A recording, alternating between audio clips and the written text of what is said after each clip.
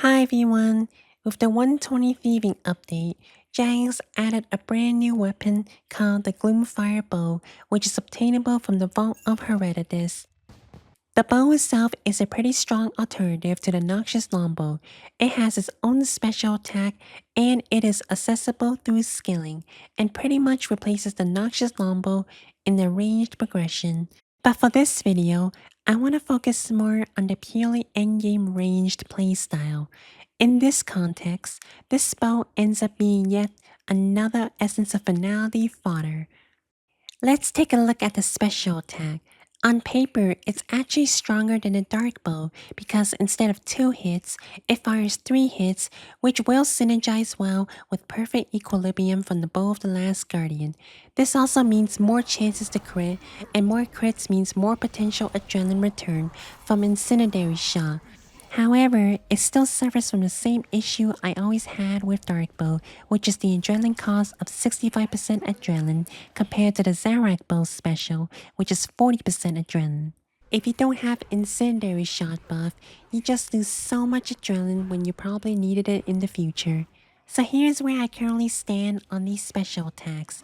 The way I see both the Zamorak and the Dark Bow specs is that they add another layer of switchscape, which at least from an average endgame range player like myself, can feel more like a nuisance than a benefit.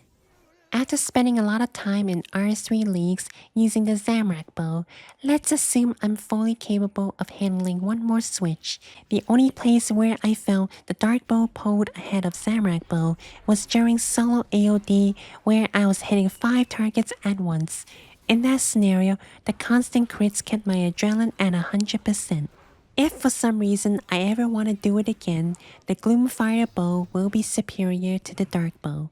At the end of the day, without factoring in a certain expensive grimoire, beyond all the numbers and comparisons, what I really care about is simple. How much faster are my kills when I use this spec versus when I don't? If my kill time stays roughly the same, then why bother with all the extra switching when I can get the same results with my non-special abilities? With that being said, let's get testing. The first boss I tested at was Kerapac because I just so happened to have a Northern Dragonkin task. One of the first major problems I am already experiencing is that I don't even find a good opportunity to use this special attack because I also want to use SGB and ECB at the same time, which didn't allow me to have any adrenaline for it. It was only when I was able to fit in an incendiary shot using the Time War mechanic is when I started using it more frequently, and I did notice my kills felt kinda faster.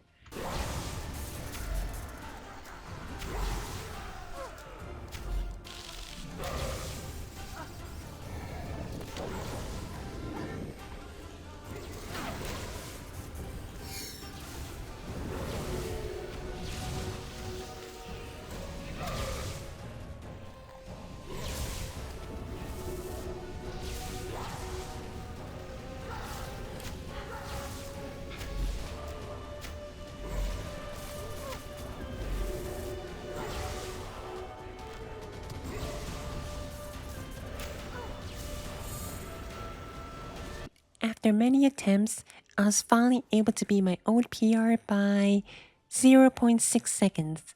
Although my old PR was before the Blood Reaver nerf, so it was more like 6 seconds. In conclusion, the adrenaline issue I had with Dark Bow just feels so terrible, and this bow is no different. Kerapac kill times always varied a lot for me, so let's try it at a different boss where my kill times are more consistent.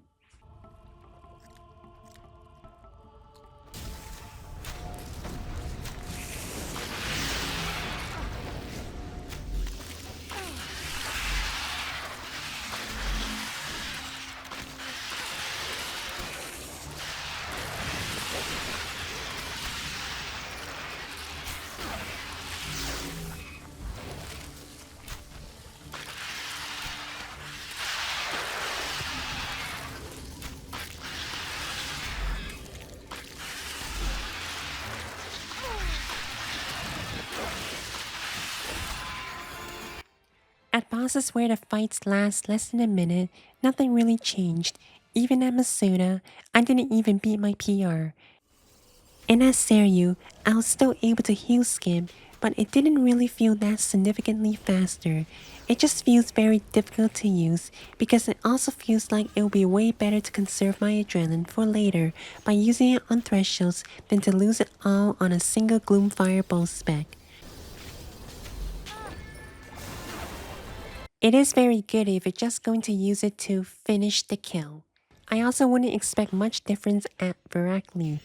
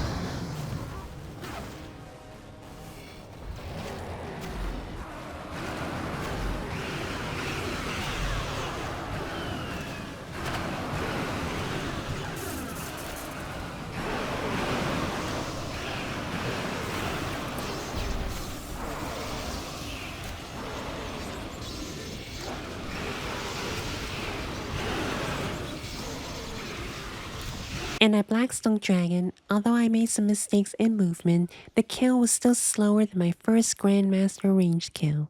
At Elite Dungeon 3, Crescent Leviathan went as I expected to be. At Terrakit, I found I benefit the most, while under the Decimation spec, where I get 6 hits from hitting Terrakit and the Bladed Monstrosity at the same time, but even then that didn't dent my PR.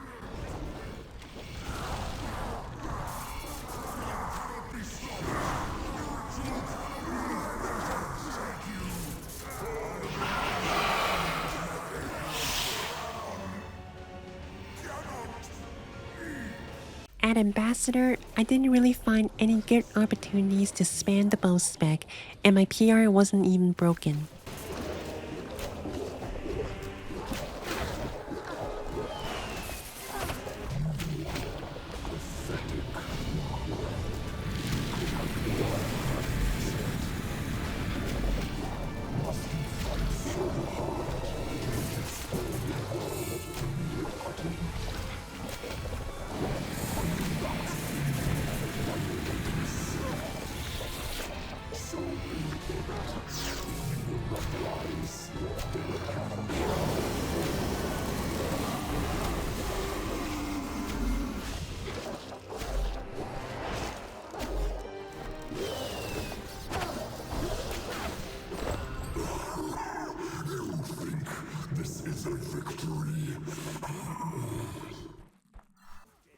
At Hard Mode Vorkath, surprisingly, I managed to get a new PR thanks to potential burst damage from the Gloomfire Bow.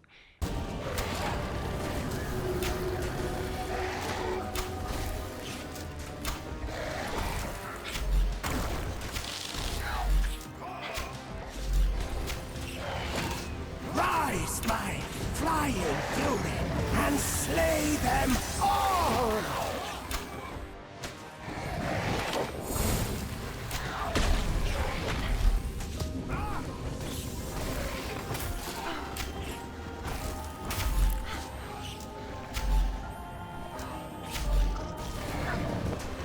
Heal the dumb beast! Quickly!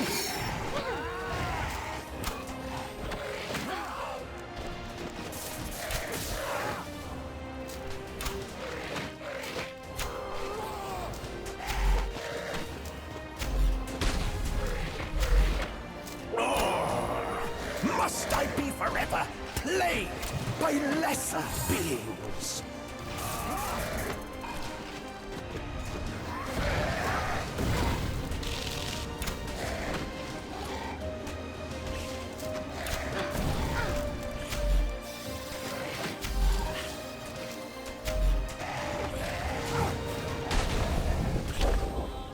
Struggle, like your life, is meaningless.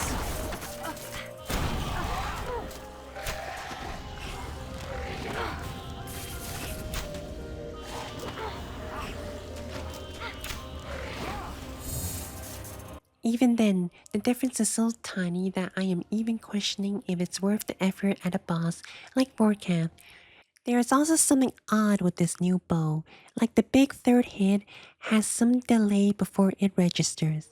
At this point, you may have noticed a pattern.